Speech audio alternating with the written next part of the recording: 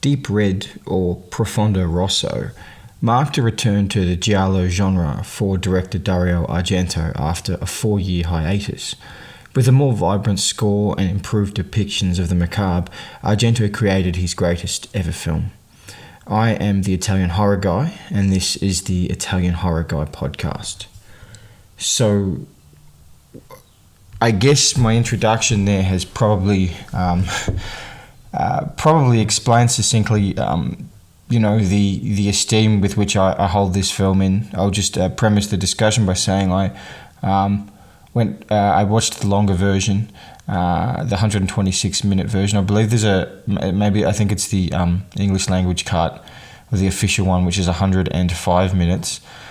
But I prefer to go for the full-length one because I think it isn't generally it isn't generally common for films of this nature, especially this is much more horror than his early giallo films.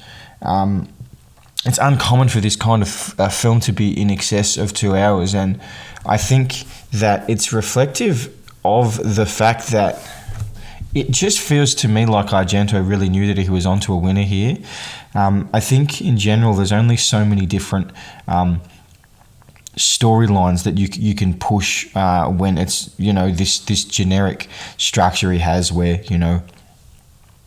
person sees something strange or hears something strange and then struggles to work out what it is, and then we just go through this process. It is a very similar structure. In fact, all of these 5 films in this little Argento series that I'm doing all take that approach. And there's generally only so much that you can do with it. But I think to explain why this film is so good, I think it's reflected in the length of the film that he knew he was onto something here, right? I just think pretty much every aspect, every part of the chase, every detective or piece of detective work from Mark and Gianna is just really, really interesting. I think it's helped by the unbelievably lovely sort of settings. It's a very beautiful looking film, I think, in a lot of ways. I think it's based in Turin. Even consider as the film sort of progresses, the stakes just seem to, they feel like they just keep getting higher, and I think it reaches a bit of a crescendo when they go to the haunted house. I love the way he's able to mesh in this concept of like the haunted house, which is sort of a very traditional, even older and more fantastical plot device for more fantastical horror films. But this isn't particularly a fantastical film, although it does have, almost sort of science fiction-y sort of elements and clairvoyance and whatnot. But to be able to so skillfully mesh these traditional, arguably sort of silly aspects of the horror film in with what is also really gritty giallo in its sort of investigative tradition, it is honestly a magnificent film. So right from the start, I probably am I don't mind this habit that I've got myself into of talking about the opening credits, because I think often they tell us a lot. He was very, very skillful in being able to tell some part of the story or kick us into the story literally in the opening credits. As I mentioned in the previous podcast about Four Flies on Grey Velvet, there's a bit of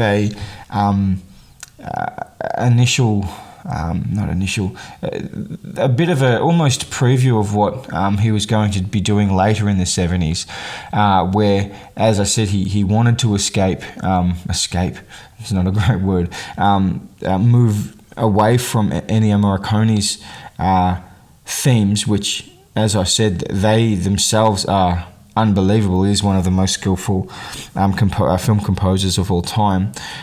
but he wanted to move it into something else, something, I guess, more vibrant and more sort of, I don't know, up and about. And right from the start, this is a different film, right? It's the same structure, it's the same kind of theme and story devices and characters and all that kind of thing. But right from the get-go, you have this this theme that is so, it's energetic, and it's probably worth mentioning that if you listen to it closely, I think it's very much inspired, or it very much inspires the theme music, the piano theme for Halloween, John Carpenter's Halloween in 1978. And it's interesting because like that's sort of the more subtle Americanized version of it, and what I really love about Deep Red is it's got that real Italian horror flair, right? It's very, very. This film is very artistic and very, very, very vibrant. So it contrasts this music that I guess is making. It's giving you energy, but it's also a bit foreboding. It's a bit nerve-wracking, and it contrasts that with this the lullaby with the scene of with the boy with pulled up socks, and he sees a knife land at his feet. What I love about this, aside from, I think the color, it's and the design of this room is so.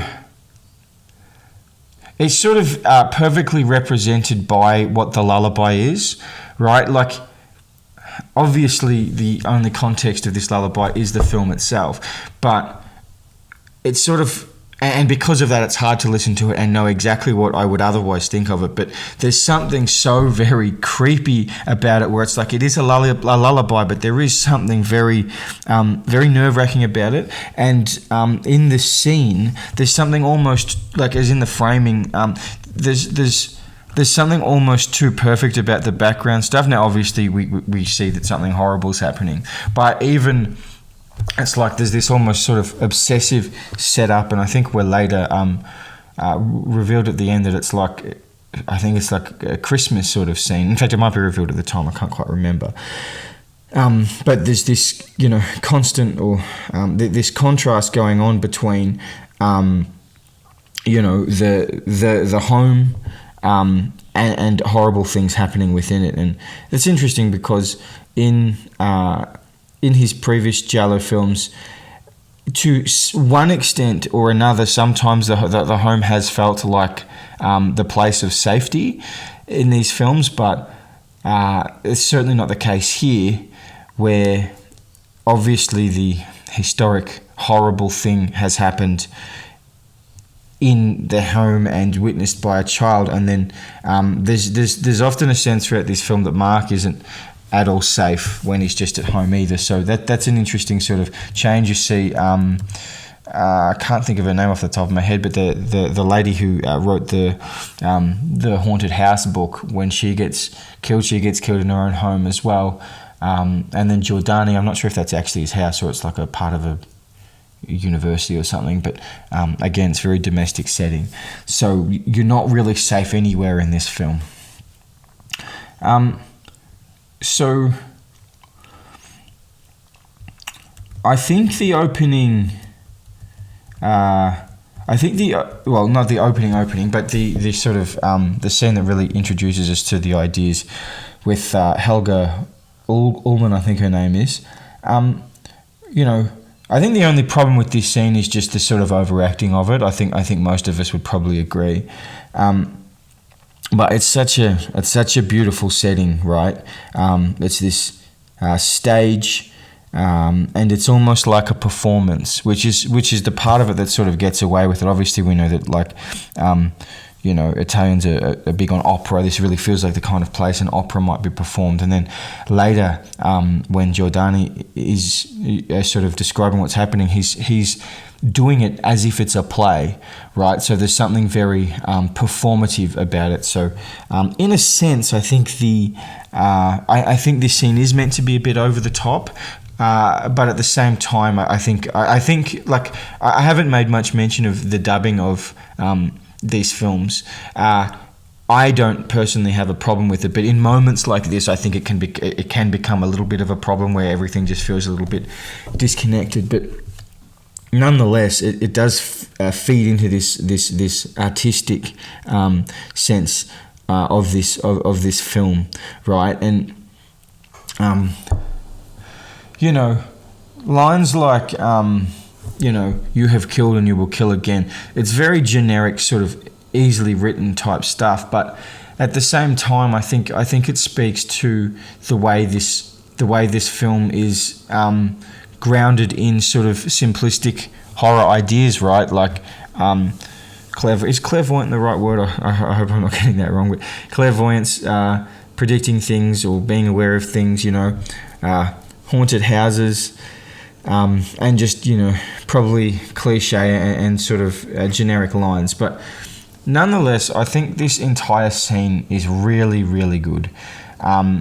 She does that little thing with the guy at first, saying that he's clutching his keys in his pocket, and obviously that lends some legitimacy to her. Then there's that scene that cuts away after presumably the killer gets up. I think Martha turns out to be her name, and she is, I think, vomiting in the sink in a toilet there, and then. So after that, once all the audience have cleared out, and she's Helga Ullman is now explaining the situation to Giordani and explaining what was happening. I really love the way that the scene sort of has evolved, right? In this way, it's now it's now sort of from the perspective of the killer. But I love the way this film does this. It does this a lot, where there are moments of definitely voyeurism, but the moments where it feels like it's a POV from the killer's perspective. It happens when Giordani dies, but it's not exactly POV, right? So it indicates that the killer is around, but then they will look over, like the characters will look over to where the camera is, and obviously if the killer was actually there, then they would see her. But it just gives that sense that, there is a presence. And when Helga in this moment is explaining to Giordani that she's had another thought, and she said, it must have lingered here. I really love the idea that even her, this person who has this amazing skill, doesn't recognize the fact that it's coming directly now, that the killer is actually still very much around. And I also love there's that sort of whistling, almost screaming, subtly, score that's going on in the background, which really, it just gives this beautiful tone and vibe, and it really is an excellent start to the film. So to this point, we've been introduced to Mark slightly when he is talking about music being the music that his, I think, students are playing being a little bit too clean. So we see the scene where Helga, or the initial part of the scene where Helga gets attacked, and I'll just make initial comment on this. I did point out that Argento's strength in his first few films really wasn't the depictions of violence. I think it was very much about suspense. This film takes away a little bit of the suspense, but really improves on the violence. One thing is about this scene. So the weapon of choice here is a meat cleaver.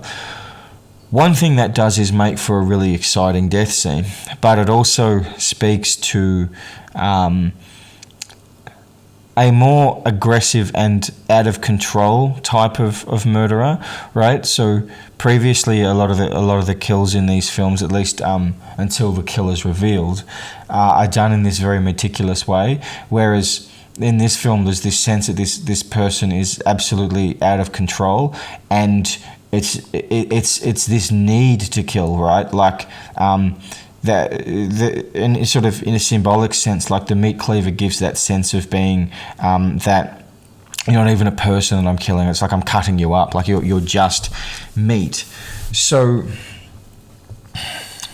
then we really go. It cuts away from that, and we see Mark having his chat to Carlo. And honestly, this stuff is the beginning of what I think is, Argento's really greatest achievements in terms of the way he develops his characters. I think this is his strongest film on that front. So there's a real sort of almost homoerotic vibe between these two. But so we kick off with Carlo is very, very drunk, and Mark tries to give him a little bit of advice. He says, you won't last very long if you keep drinking this much. And then, he's saying, I don't want to last. And, Mark says it's self-pity. Now, obviously, this whole scene sort of doubles up in purpose. So on the one hand, it is, I think, a way of establishing the kind of character and person that Mark is, whilst also providing some explanation for what is actually going on with the killer. Because if nothing else, Italian horror films tend to like to base killers' motivations, or the motivations of the nefarious people within them, as having sort of emanated from trauma as a child. And this film absolutely thrives on that whole concept, which is really, really interesting.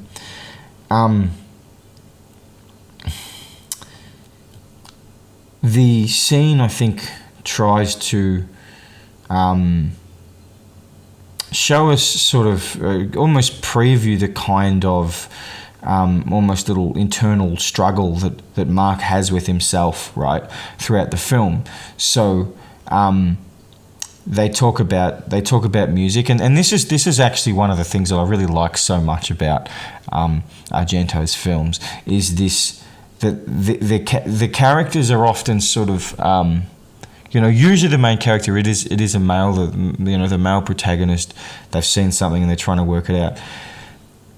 They're always just a bit short of being like a hero type, right? Which is great, they're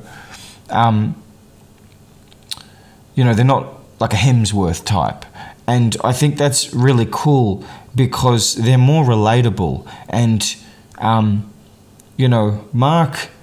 But sort of the story of Mark throughout this film isn't so much that his lack of, let's say, raw masculine heroism. That's not his flaw. His flaw is his self-consciousness about that.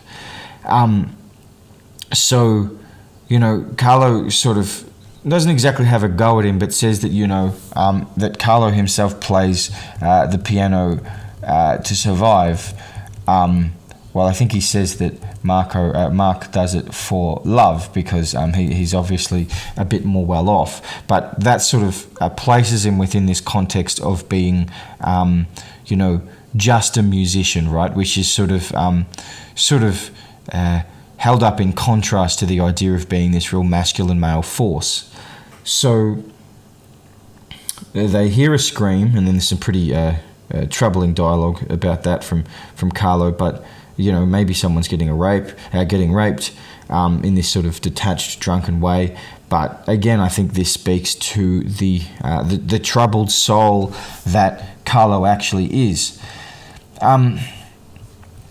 So what's interesting is the way that this film constantly and deliberately undermines this idea of Mark as a masculine force. But interestingly enough, when he does see Helga screaming at the window there, and then sees the cleaver, I guess, come through the back of her head, like, there's, in no uncertain terms, he is running into danger to try to save her. So it is interesting the way the film after this does try to undermine him.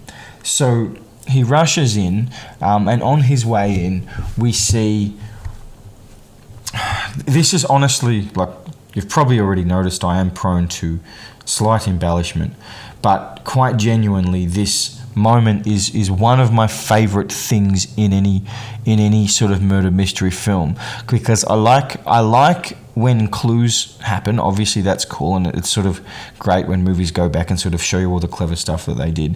But what is particularly great about this seeing the face in the mirror thing is that when you watch it back and you know that it's happening, it's actually extremely clear. So what I'm saying I love is the fact that this isn't a clue. The film actually gives away who the murderer is. And it's not even... It's subtle in that it's relatively fast and that we don't know what we're looking for, but the face in the mirror actually appears right in the middle of the screen, right? It's like it's hiding in broad daylight, so to speak, even though the scenes are happening at night. But it's just... I just think that that's so cool. So anyway, he's rushing in, and he's too late to save Helga. So, nonetheless, I think this scene obviously can be, does depict Mark as something of, he is a little bit heroic, and despite his shortcomings of masculinity, he is quite happy to rush in there. But undermining that is that he's too late to save her. So nonetheless, he doesn't achieve exactly what he's trying to achieve as a masculine hero. So to really emphasize this, when the police arrive afterwards and they start talking to him, the main one questions, sort of implies that being a pianist isn't a real job. Like, he asks what he does, says, I'm a pianist, and it's like, oh, is that your only job? It's not a real job. And then even he sort of says, oh, no, I'm not saying that it's not a big deal, like that it's not a proper job. And then, like, he's eating that sandwich rather humorously, and he's sort of saying, no, I've got a cousin or something that plays and he's sort of gesturing like a cello or a violin or something. But it is very funny, because it's like this sort of half-assed attempt to give the impression that he does take it seriously. But regardless of what this, how important we think this cop's opinion is, quite obviously it gets under Mark's skin, right? And I think even though he's just rushed in there, the cop really, heroically, the cop really doesn't seem to rate his heroism, so to speak. But I really think it's quite humorous. This is when Gianna appears as well and immediately starts undermining him. She takes a photo of him that without his consent, that does end up on the front of a newspaper, and with something like "I saw the killer" as the headline or something. So I think it's really, really cool and really, really fun, right? The way this, the way the movie teases Mark, really, I think.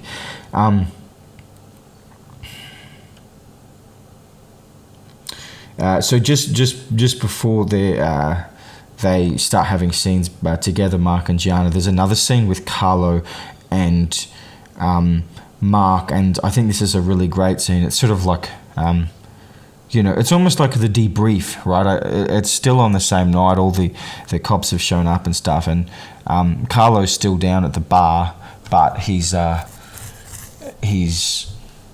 sobered up a little bit, but not completely.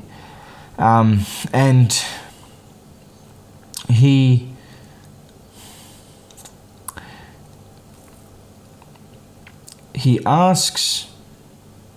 Mark asks Carlo if he saw the killer. Carlo says yes, which more than anything else, and it has shown this in this scene, more than anything else, I think that's more for the realization later that Mark has. But what's sort of cool in this scene is the way Mark talks to Carlo about, was there something, it's weird, I think there was a painting that was moved or something like that. And Carlo sort of drunkenly rambles about how it was made to disappear because it could represent something important. And I think this is sort of interesting in a sense. It's like we need this sort of almost doppelganger type character, right? Who can sort of feed Mark's thoughts back to him, but in a more effective way. But also, he is obviously, Carlo is actually involved, and he's actually sort of drunkenly undermining himself, right? Which sort of is actually, representing Carlo's struggles, right? He's had a lot of shit to do with, obviously, from his childhood, and he, drinks himself silly to try to make sense of the world or to try to get through it. And then he inadvertently sort of creates more drama for himself by drunkenly saying this stuff to Mark that probably helps him think through this process of investigation. So, anyway,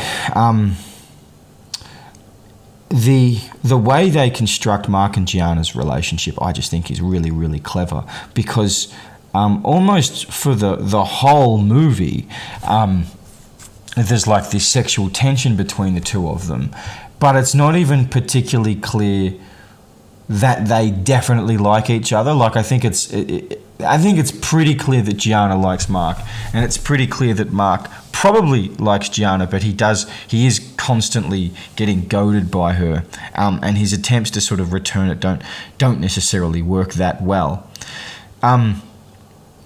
So they're having a conversation at the funeral of Helga, and then I think she's driving him home, and it's sort of interesting. Like, I referred to the sort of shifting and almost like roller coaster of tone in some of the three previous Argento Giallo films. This one, I think, by pure fact of the fact that it's so long, I think it can get away with this sort of. It's probably not even a shifting tone so much as it is a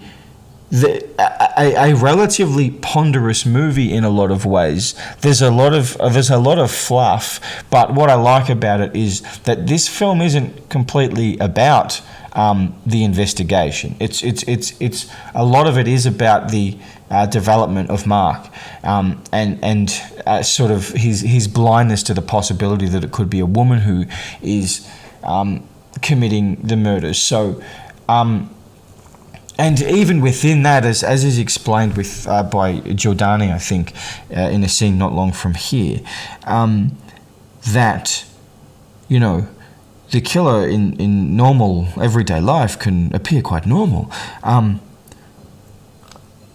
And then it's sort of like that idea of her having to put on a lullaby to replicate those, that sort of schizophrenia, or that sort of, whatever you would call it, to act out the kill, or to become a killer.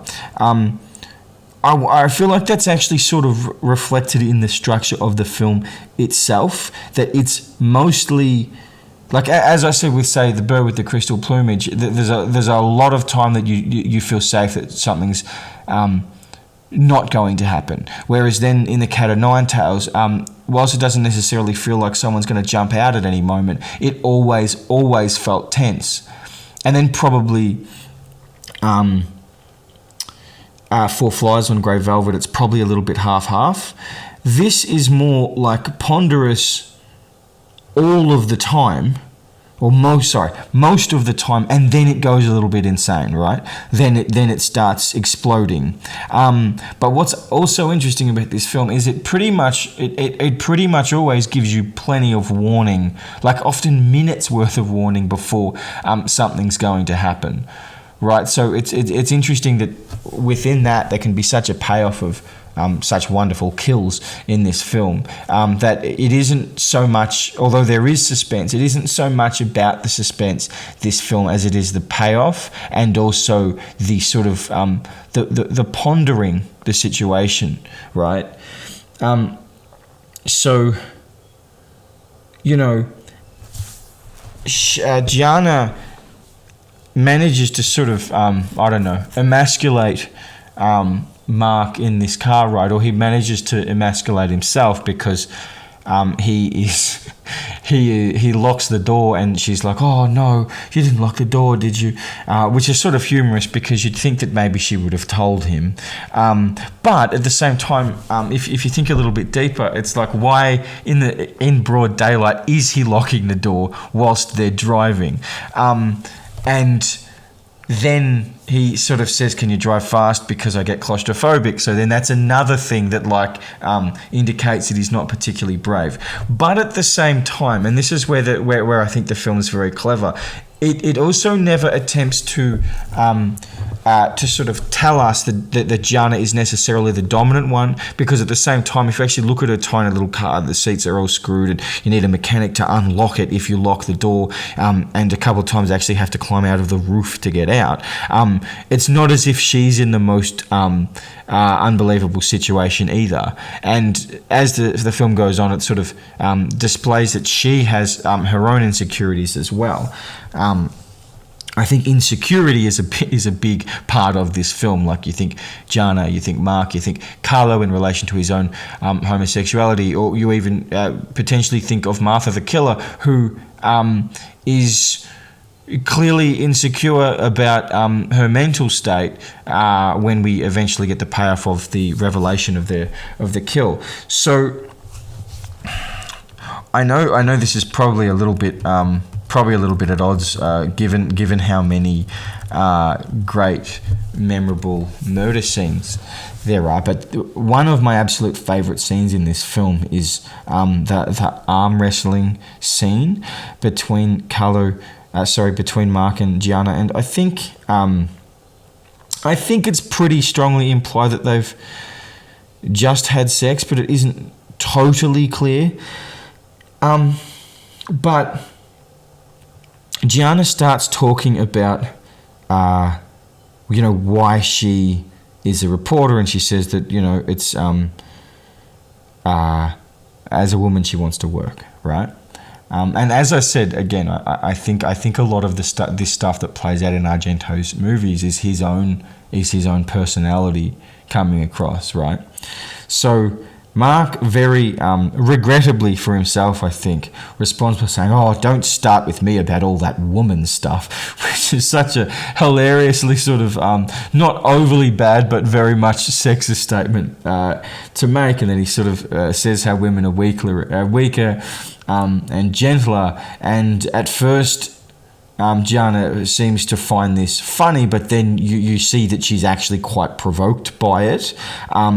And then she challenges him to arm wrestling. And this scene is I just think it's so great, because it demonstrates, one, that Gianna is playing with him, two, that she is also a little bit self-conscious and uncomfortable, but three, that Mark's level of discomfort on the idea that Gianna could be the dominant force out of the two of them is actually quite crippling, because at first it's quite funny because she quite blatantly cheats to win the arm wrestle. So she sort of acknowledges that. So then they have another go, but Mark is so uptight about the rules being clear. He gets his arm right on the table, makes sure that hers is planted, and then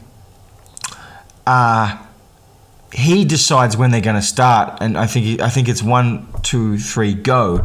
But quite humorously, and this might actually be a result of the dubbing, but nonetheless, he actually starts pushing very slightly before he says go, so he actually cheats as well. And obviously, as we know in an arm wrestle, it's good to get a bit of momentum as quickly as you can to try to get the advantage. But then she wins anyway, but she does slightly lift her elbow, but funnily enough, the fact that she hadn't lost by that point, and it seems like she was going to win, probably undermines Mark enough. But it's his reaction that is just unbelievable. You know, he jumps up, that's an absolute cheat, and then he sort of goes on about, you know, I can't hang around here playing silly games. I've got a life. I've got other things to do.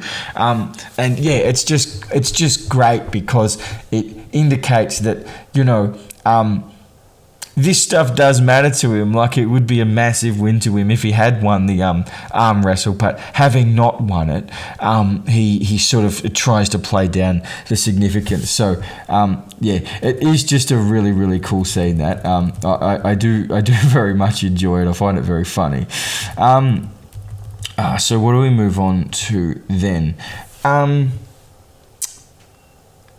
Well, I'll just actually acknowledge towards the end of the scene, it seems there are just some things you can't do with liberated women, which I just find a very humorous sort of I guess a little pathetic way that Mark tries to sort of re-establish his dominance in the scene by, you know, even if he's been completely undermined in every way, it's like I'll be having the final say. So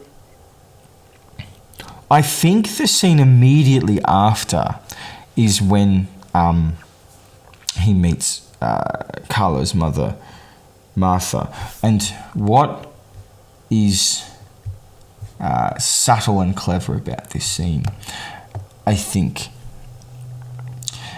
is she is so excessively sort of pathetic, and I think it's an act. Oh, well, it has to be an act because she knows who he is, and she keeps mistaking him as an engineer, which is just a fantastically humorous thing. But this, and I think, just coming to think of it now, this is the fourth giallo film he's had, and it's the third one where the killer is a female, so it's not exactly a shock to the system. But much like in The Bird with the Crystal Plumage, the characters keep referring to it as like a man in a grey raincoat, or the murderer as a male. But what should come as a big clue to the audience is right after this scene of Mark being made really uncomfortable about his masculinity by a woman, he then goes to meet a different woman, and, well, he doesn't mean to, but he meets a different woman, and it's like he hasn't learned his lesson, right? Like, you could become the subordinate to this person, and in fact, for really the length of the film until he manages to kill her, is partly because he doesn't actually realise, and partly because there's a very good chance she's going to kill him. But it just hasn't occurred to him that it could be a woman, and it hasn't occurred to him that this little act that Martha's putting on is indeed an act. But the whole scene is very, very humorous. She sort of acts like she's got Alzheimer's or something, and keeps saying, do you like engineering? It's like, no, I'm a pianist. And, oh, what a magnificent combination, an engineer pianist. And that is just so funny because, like, for the whole, it's like that job isn't man enough, right? To be a pianist. An engineer is something that men do. And even when he finally gets it through to her that he is a pianist, she still thinks he's an engineer, and she still puts engineer before pianist. And then I think she asks if they could do a duet, which is just fantastic. That whole scene is really, really wonderful, and as is probably the case with a lot of these giallo films, always in hindsight it's quite obvious who the killer is. Well, I mean, you know it, but like, the fact is, if she's not the killer, it's a little bit unclear, other than for this sort of humor, it's unclear why she's actually in the film. You know, why wouldn't she be in the film? Sorry, why would she be in the film other than as the eventual revelation? So from that, Carlo Mark is given the information about where Carlo is, and this, what happens here? I think he goes to a house and sees this guy that is not Carlo, and this person appears to be like a transgender male. I've actually looked this actor up. I think they actually were a transgender actor, but Mark's reaction immediately is like, oh, I must have the wrong place. And then you sort of see him thinking, and it's almost like he's making sense for us, like, oh, maybe this is the kind of person that Carlo would go to see. So again, this is another one of those characters and another one of those scenes that Argento has in his films where, again, it is representative of the time and the attitudes of the time, but at the same time, I don't think it's representative of bigotry. In fact, I think it's the opposite of that, right? So Carlo really doesn't like the fact that Mark's found him, but he says, I think the quote is something like, not only a drunk, but a faggot too. And he says faggot with this real hating tone. And I think in some ways this actually reflects that. And whilst there was some very much caricature type representations of homosexuality and other such things in Argento's early films that are reflective of the time, I think this scene reflects the difficulty in society transitioning away from that at the time, but also that Argento himself isn't actually a bigot, right? The way that the term faggot is used is in a hateful way, but it's a self-hating way. That's him, and that is to say, this is something that society doesn't approve of. Not that I don't approve of it, but that society doesn't. And nonetheless, it also is just reflective of Carlo's own self-hatred, right? I think that it's actually a really sad element of the film, because Carlo's one of my favorite Argento characters, right? I think I really love the actor. He also appears, if you didn't know, later in the 2001 Argento film Sleepless. The same, I think it's Gabriella Lavia or something like that. It's a very sort of sad thing, and you know, I think it's another thing that we see, and I think I mentioned it in some of the previous podcasts, that there's a lot of these stories that aren't hideously relevant to the plot, but they are things that clearly Argento wants to put in there, right? They're ideas that he wants to explore, and even if they're not directly relevant to the plot, they are important in the sense that this is the vibe and the tone of the films, right? It's problem in your own skin. It's ambiguity of gender, of sexuality. It's the hatred of that kind of thing in many cases.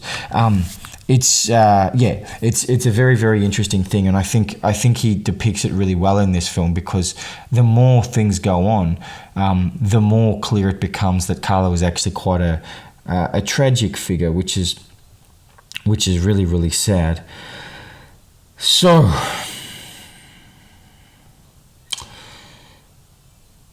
Mark, after this, they are going to.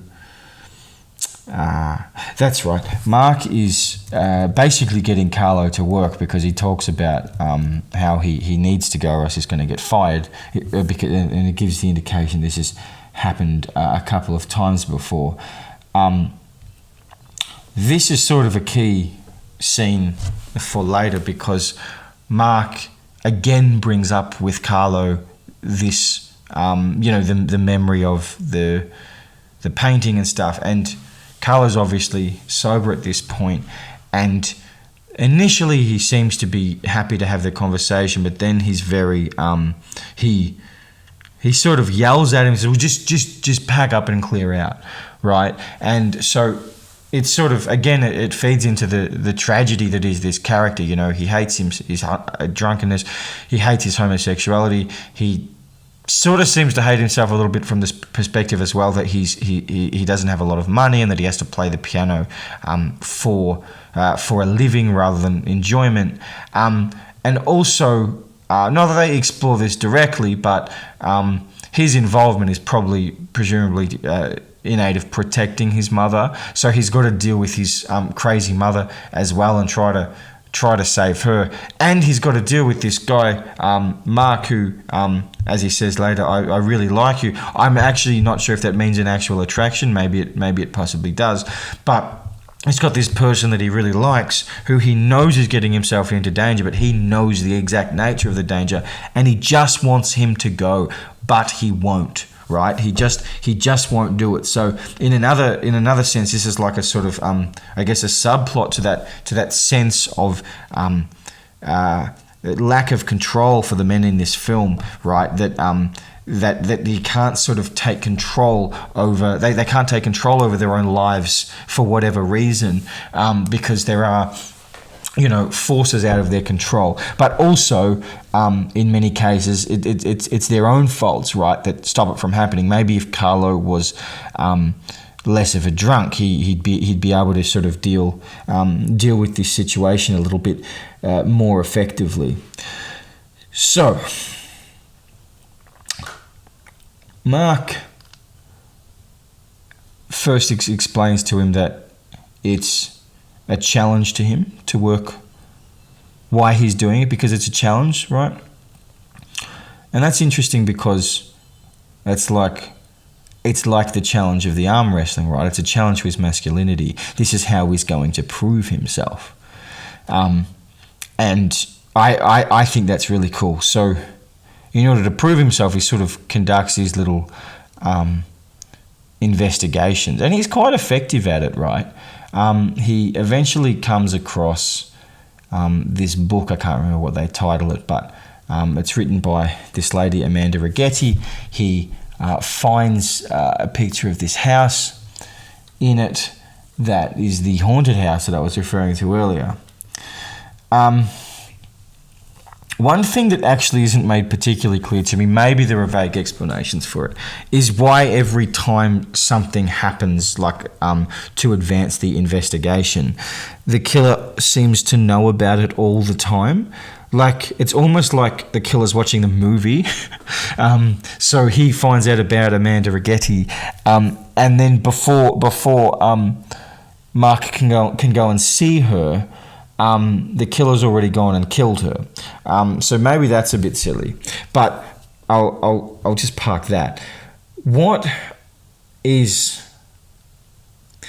this scene to me? I think makes it abundantly clear, if the cleaving of Helga Ullman didn't make it clear enough, is that Argento is now a different director to what he was at the start of the 70s with his kills. So in some ways, like, okay, there's a lot of suspense in this scene, right? Like, it's a lengthy scene, and this is one of the things that I think really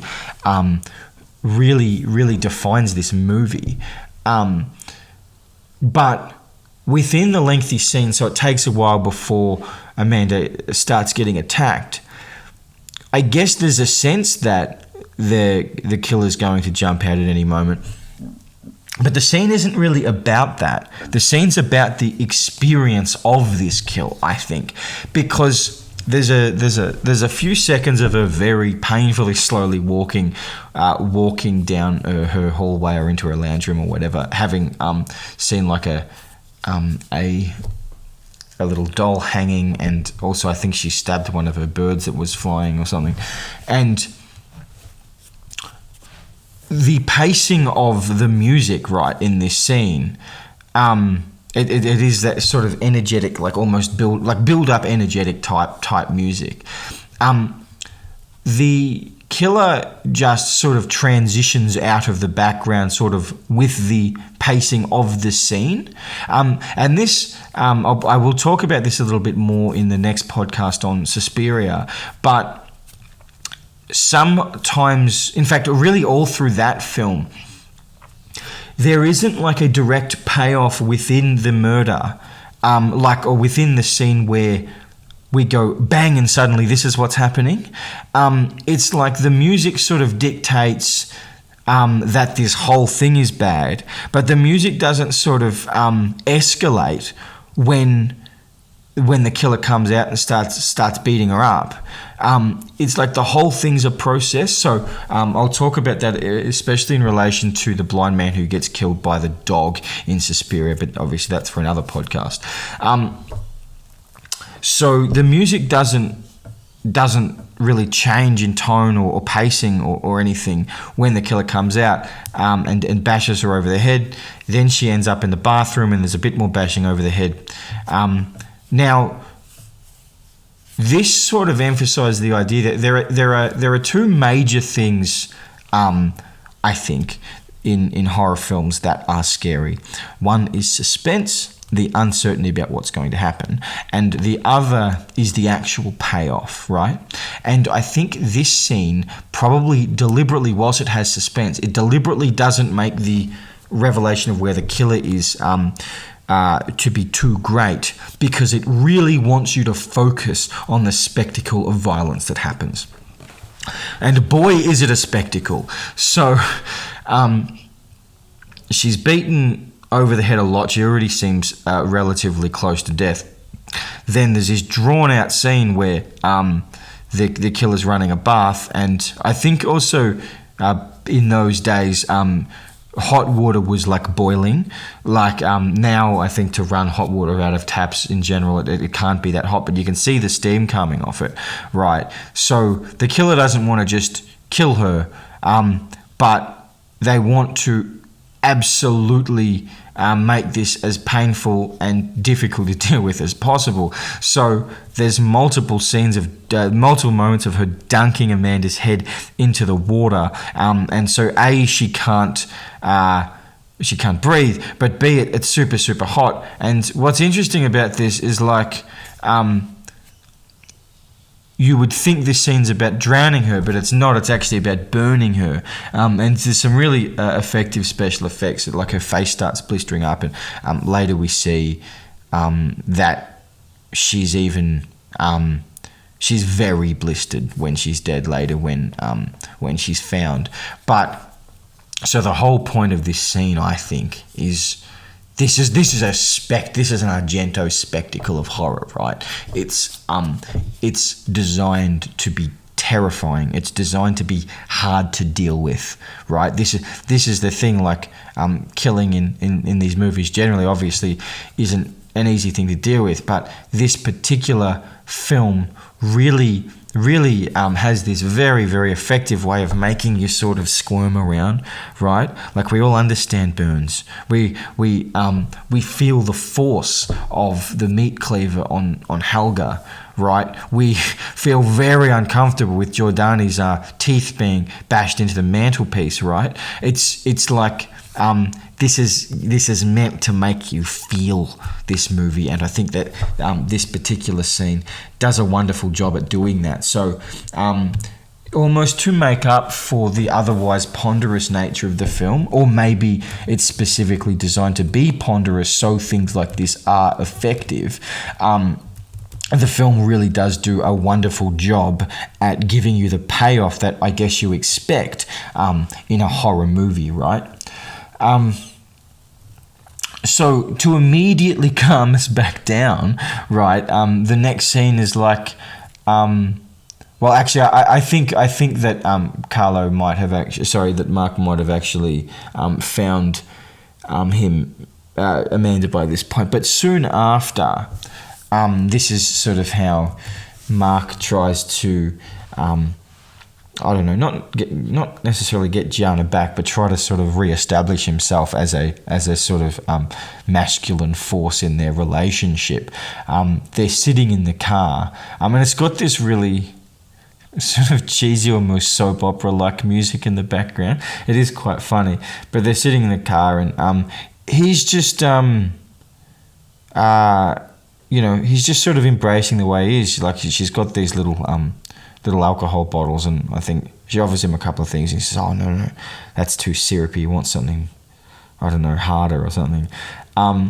But she's like, "Oh, wouldn't we be more comfortable at my place?" And it's like, "No, we're perfectly happy here." He's like, No, we could be much more comfortable at my place."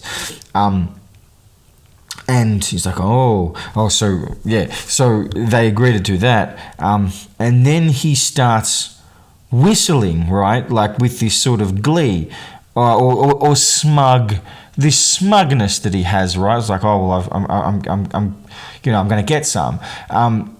But it's sort of like, it's not this really masculine thing because he's sort of lowered down because the seat's gone down. And this really, really infuriates Gianna, right? She hates his arrogance.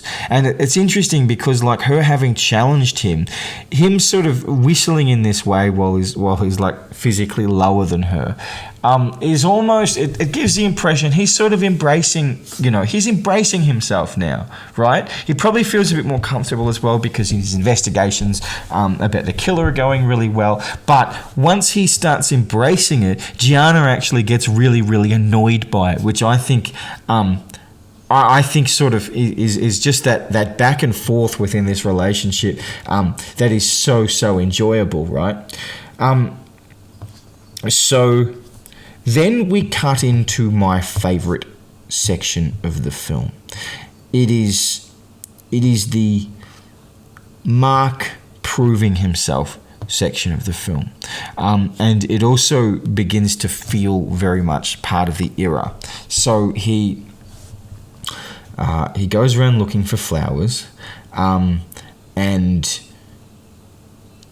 because that's right, I think there's a rare flower that's at the front of the house, in the haunted house, and this is one of the great devices of Argento, isn't it? This rare thing. There's only one of them, in fact, like the bird with the crystal plumage. So he goes to a number of different florists, and he finds, he eventually finds one that says, I ordered those flowers in a few years ago, blah, blah, blah. Then he asks why, the florist asks why he's interested. He's like, I'm an architect, Again, trying to, he's not going to say I'm a pianist or I'm, doing some nonsense investigations. He again tries to give himself a different kind of job, right? A sort of a job associated with maleness and masculinity. So he eventually goes to the house, and so I mentioned a couple of moments ago about this idea that it feels very much of the era. So earlier I said also how the theme in this film is very, very similar to Halloween. So there's a lot of, but I didn't say that out of spite. What is really cool about this scene? So there's an album called Tubular Bells by someone called Mike Oldfield that I think came out. I'm just looking it up now.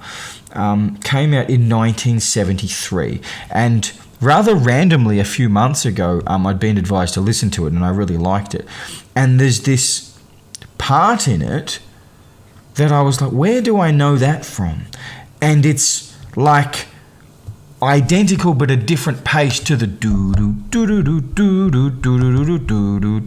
to that tune that's going on throughout this scene while he's searching. And my conception of it is that Goblin either accidentally or purposely have actually stolen that bit of the music and just changed the pace. Like it's identical, which I just find is actually quite cool because it actually really sort of places it in this era of culture and music.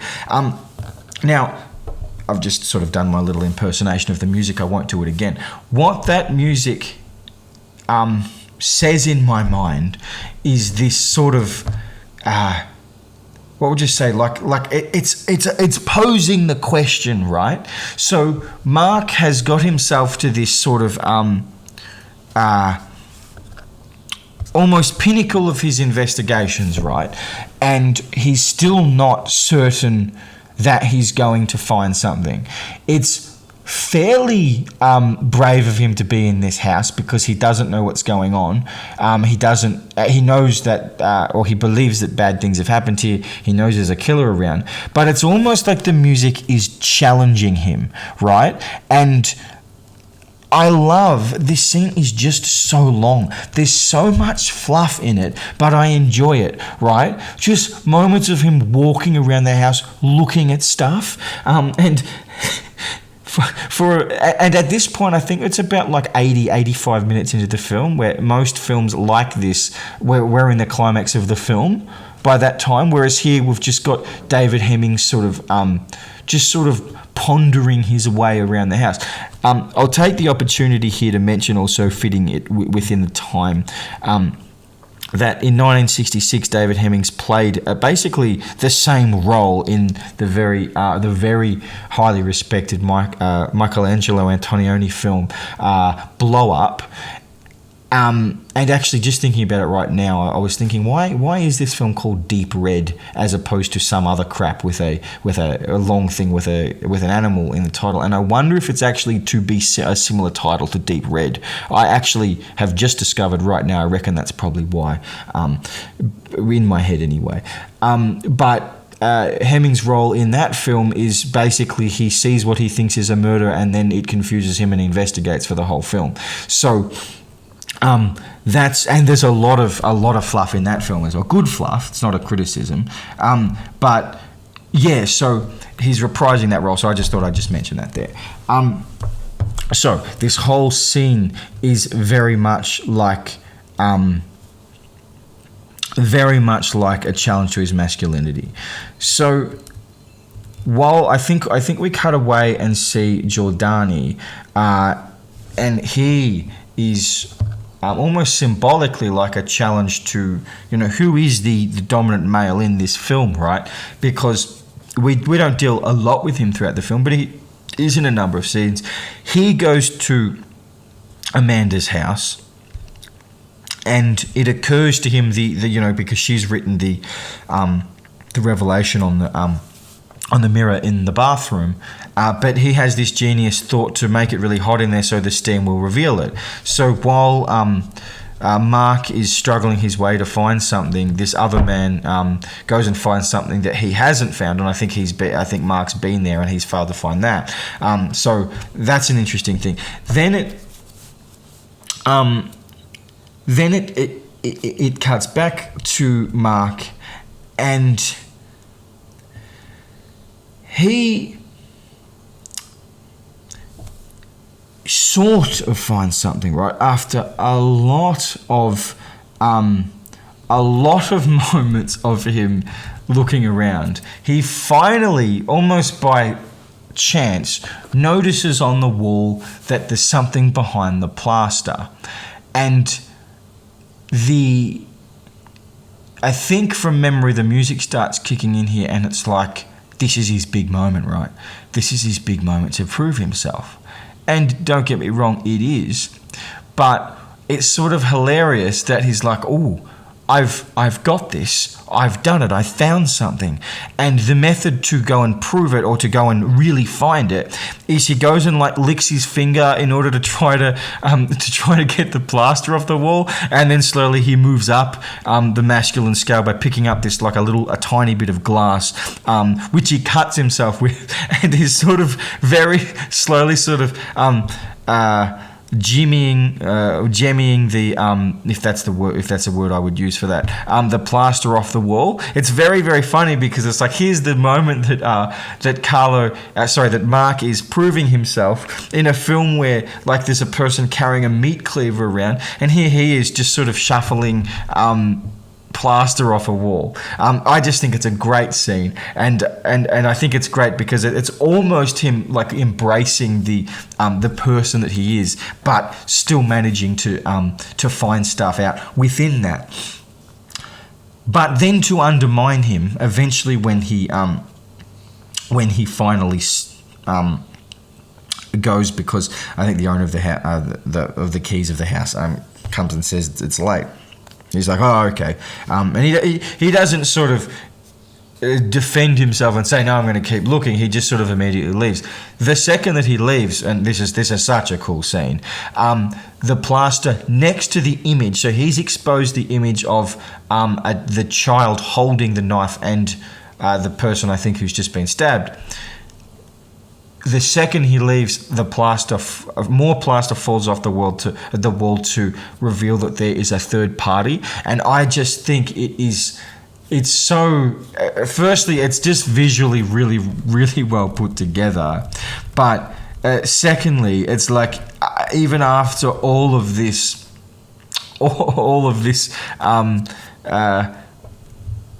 sort of improvement, I guess, in the way that Mark is able to achieve the things he's trying to achieve in the film, he's still been undermined by his inability to do the job do the job actually properly. So, all right, then we move on.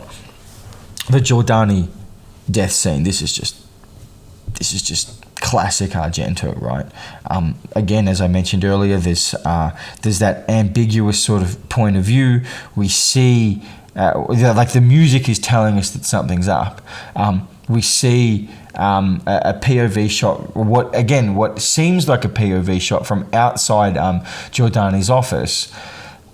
And the reason we think initially it's a POV shot is because from what we can see about the the glass sort of window, it feels like if there was someone moving around it there, he wouldn't necessarily be able to see them. So it feels like we're put in that position for that reason. But then the POV shot goes all the way over to the door, and he almost looks directly at us, and that doesn't reveal that there's a killer there. So it's like just this sort of this voyeuristic stalking sort of vibe that we've got going on, but it's still very, very uncertain. Then that little there's never much explanation for it, but that little puppet giggling child thing comes out, and he sort of whacks that with his knife, and he seems briefly happy with himself.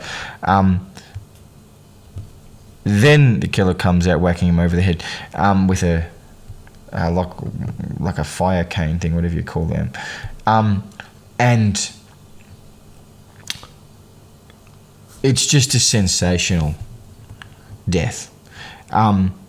It's probably best not to think too much about what's going on, because Martha is this old lady who's just sort of beating the crap out of this guy who is quite big. I know she's pushing his head in and stuff, but like from behind. But it is, if you actually think about it, it's quite unrealistic how easily she outstrengths him. But nonetheless,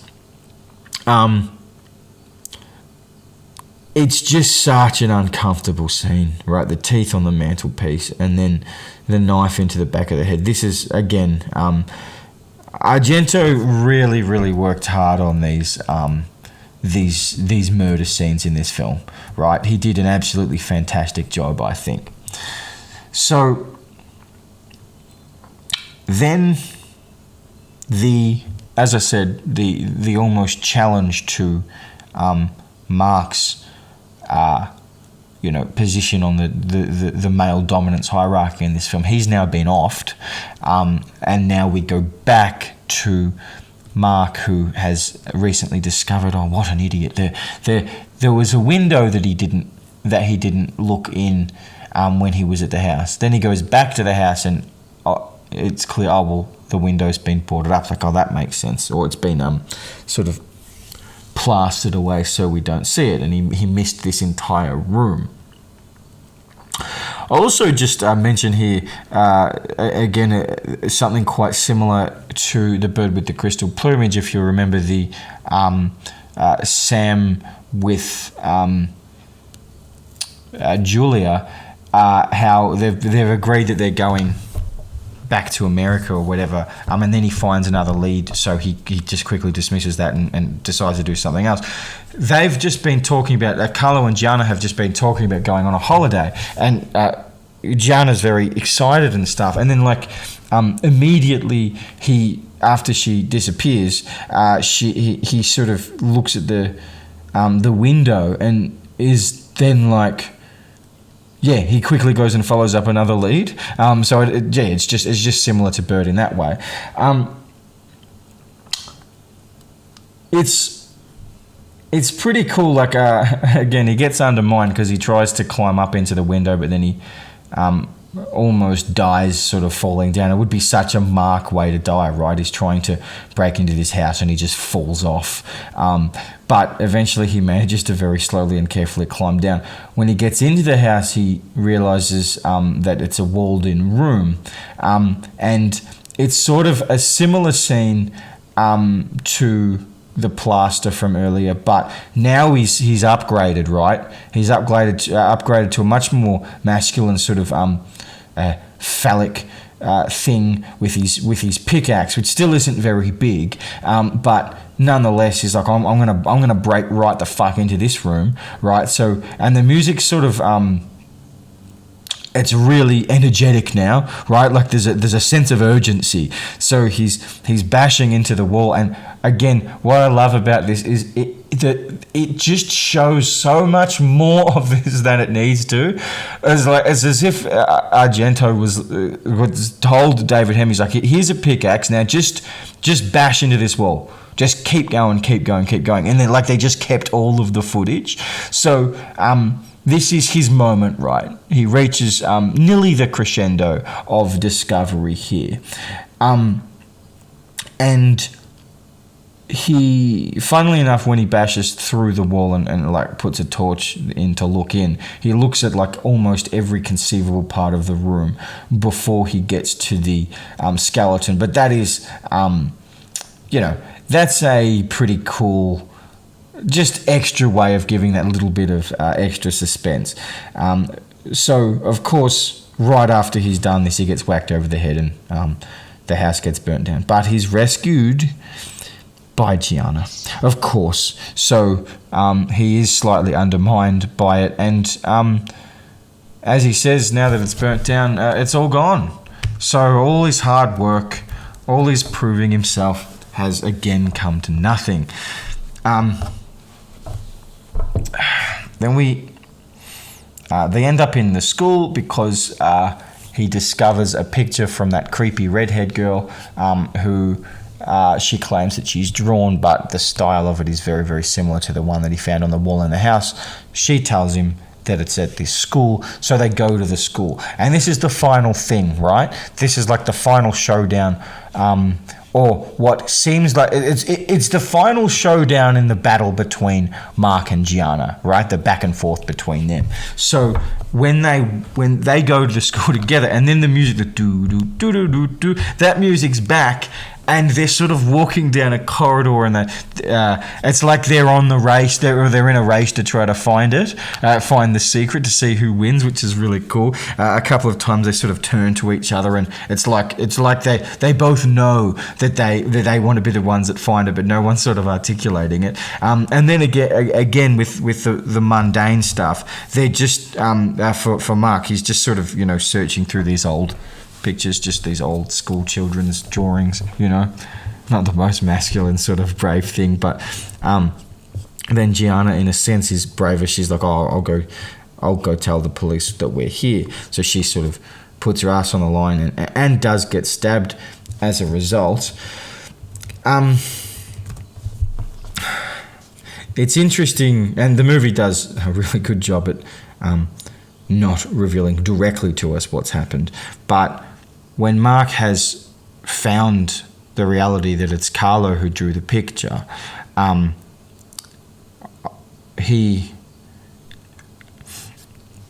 do love the aspect of character development that he's disappointed, right? Obviously he likes Carlo and doesn't want it to have been him, but it's interesting because it's as if now that he's achieved the thing that he wanted to achieve, even though he hasn't. He thinks he has. It's like finding out wasn't everything it was cracked up to be. And he's yelling out, and he's Carlo, and then Carlo's there behind him pointing the gun at him. And it's funny because up until this moment of the film, Mark really has been scared. But in this moment where he doesn't know that the police are going to arrive soon enough to save him, he doesn't seem fearful at all, funnily enough. Even though Carlo presumably has every intention of shooting him, you know. And this, again, back to the tragedy that is Carlo.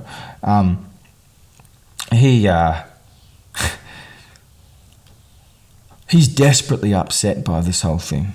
You know, why couldn't you have just listened to me? Anyway, the cops show up just in time. Carlo runs away and gets his head run over by a truck, which is sort of foreshadowed earlier in the film, where Carlo actually says, post drinking, I feel like my head's going to explode. So just a clever little thing there. But nonetheless, it is like, you know, it shows the cost, right, of Mark sort of achieving what he's trying to achieve here, the thrill of the chase, the challenge, right? He's done what he was trying to do, or he thinks he has, and it's ended in tragedy and disappointment. And Gianna's been stabbed. She's okay, but like everything's just a bit, everything's just a bit depressing now. So I think the final moment, the actual showdown between Mark and Martha is not the best thing ever. But I love that shot where he's walking back, back to the place where he saw, back home, but to where he saw Helga. And there's that music that builds into it, and the camera zooms around the side of his head. It's just unbelievable cinematography, right? It's just absolutely brilliant. Then he has his little marks there, thinking like, no, it couldn't have been, because he was with me when she got attacked.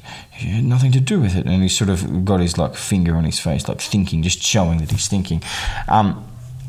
So anyway, he wanders into the apartment again, and he has the realization, right? It's like, no, I saw the killer. No painting was moved. I saw the killer, and it's sort of just like after he thought that he'd finally achieved what he was trying to achieve, right? It's like, oh no, he was just wrong the whole time, and everything that he thought was wrong. So Martha comes out, and there's not anything really wrong about the flashback, other than that she says it all started such a long time ago, which sort of, I mean, it's the most cliche sort of like fairy tale writing there, but it's also implied that she's explaining the situation. But the flashback is just so fucking rewarding, I reckon. So obviously we've heard the lullaby throughout the film. We've seen this shot from one particular perspective earlier in the film, but then, her husband saying, she's going to have to go back to an institution or whatever. It's for her own good. I fucking love the look on her face in this scene. She's saying, no. She's not going to do it, right? She genuinely looks like she's just snapped, right? And she's going to stab him. And then it's so satisfying because the way she stabs him in the back, and the lullaby is louder. It's like the movie's going, yeah, see, look at how cool this is. And I completely buy into it, right? It's just brilliantly put together. It's so satisfying. It's like, oh, fuck, poor Carlo witnessed this, and he holds his face and he's screaming, and it's like it's absolutely hideous. Then he pulls a knife out of the back and drops it on the ground. Then we get the shot from earlier in the film. Absolutely fantastic. And then it cuts back and Martha tries to cleave Marco. Mark. We get the final brutal ending with the decapitation, which is great. And although the puffy saliva coming out of the mouth is really uncomfortable to look at, nonetheless, in fact, it's actually worth mentioning that this is the second out of the last 3 of his Giallo films that have ended with an elevator, an elevator-related death, funnily enough, after the Cat o' Nine Tails. But the final shot of Mark looking into the deep red of the blood, it's sort of this sense of like, you know, my whole perspective on everything has changed, right? It's within that, almost that American horror tradition of that, by the way, hadn't necessarily been established by this point, of things aren't wrapped up, right? Like, he thought they were wrapped up with Carlo, but they're not wrapped up symbolically because he was wrong, because that happening, as much as it's his friend Carlo, he'd been critical of Carlo throughout the film and tried to get him together. So he's a bit like broken by the idea that it's Carlo, but it's a bit defeating. But nonetheless, it held his existing worldview together. But there's that whole sense for the whole movie that he's trying not to be undermined by women. And he's been undermined by Gianna thousands of times, but he didn't realise, obviously he just thought that Martha was this bumbling old, you know, kooky lady.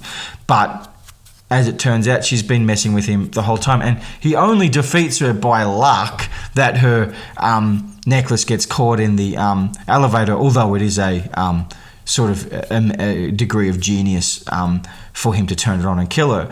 But it's such a passive way of doing it, right?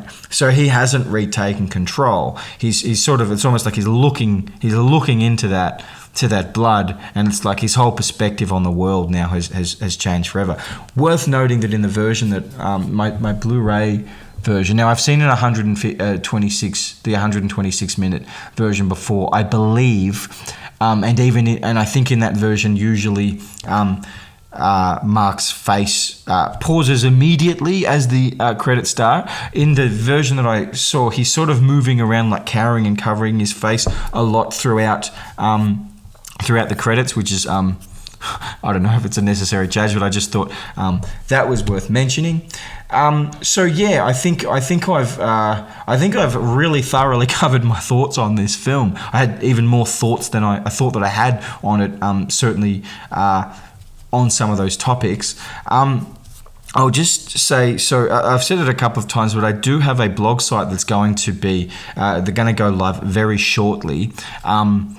Over the next couple of days. That seems to be my theme, the concept of over the next couple of days, but I've got to try to work it out so it looks good and stuff. But I'm going to be doing, I think my structure is going to be like weekly blog posts. So I'll sort of, I think I'll release each podcast. So I'm doing this series, but I think after this series of 5, I'm going to release a podcast weekly on, I think, a Monday. But throughout the week leading in, I'll do like a blog post of some kind. Sometimes it might be an essay type thing, but obviously, I don't really have the time to be writing 5 essays in sort of 2 days. But as I think I've mentioned, I did discover an essay that I did at uni that's about 5,000 words. I hope it's reasonable. It's a little bit cringe reading back on some of the stuff, but nonetheless, I'll be posting that. That speaks mainly to Deep Red and Suspiria, if memory serves. So that'll be over the next couple of days. And I think my structure is, sometimes my podcast content might be similar to my writing content, but as you've probably noticed, a lot of my podcast content is, I've put a lot of thought into it, but it is also relatively informal. So a lot of stuff just sort of rolls out of my mouth when the time comes. I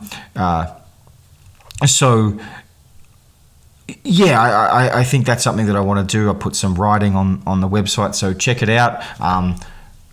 It will be certainly live by the time I by the time I record my first weekly one next week, which I think at this point is likely to be, I think it's called Black Monday by Mario Bava from 1960.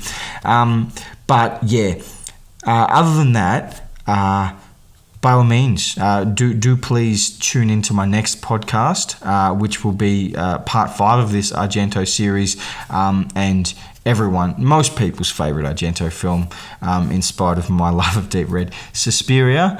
So I really look forward to recording that.